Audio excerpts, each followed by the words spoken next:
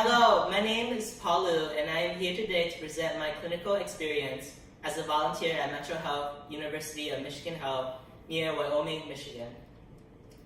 First, let's begin with basic background info about Metro Health. The hospital began in 1942, where it was originally known as Grand Rapids Osteopathic Hospital, according to History in Metro Health.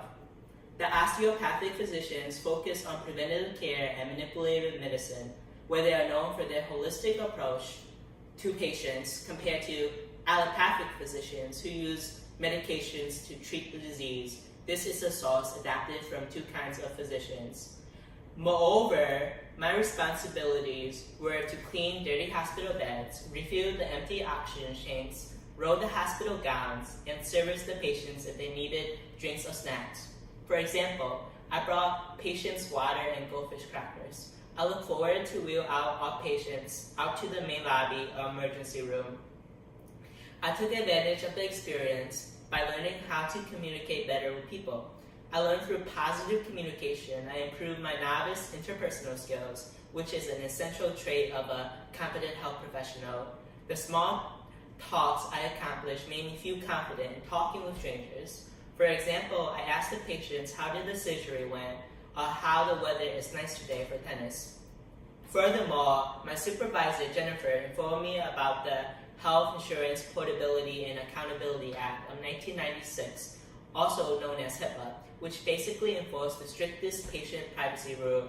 She made the rule simple for me to understand by illustrating I cannot look at the patient's personal information without their consent.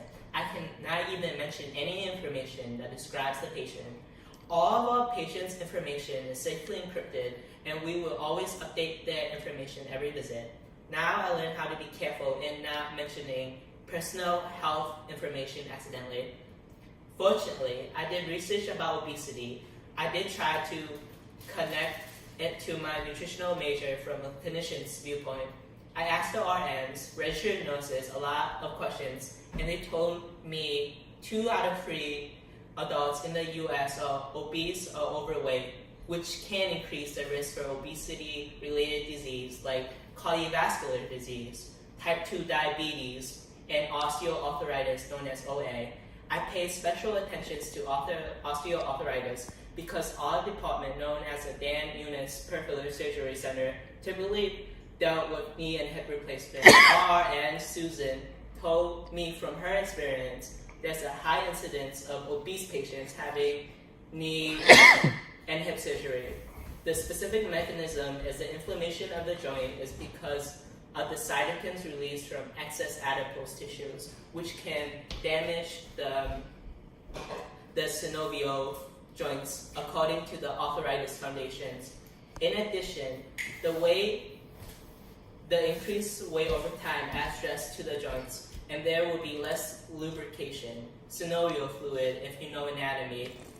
However, I want to note the difficulties working at the hospital. Sometimes during busy hours, there were no hospital beds available, so some patients were furious at the wait process. I had to clean disgusting things at the bed, like feces and urines. It can be extremely hard to maintain patient privacy. Likewise, it is fast-paced and orderly because all patients, each patient that exits, another one go, like a fast food orders. All in all, I used the clinical experience I gained from working at Metro Health, and it prepared me to be a confident professional through positive communication skills. I learned about HIPAA and the dangers of obesity because of health complications such as CVD, osteoarthritis, and type 2 diabetes.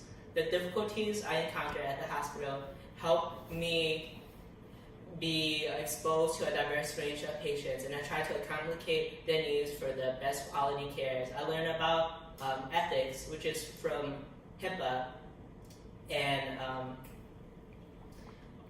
learn about professionalism, how to be on time, arrive early, check my patients.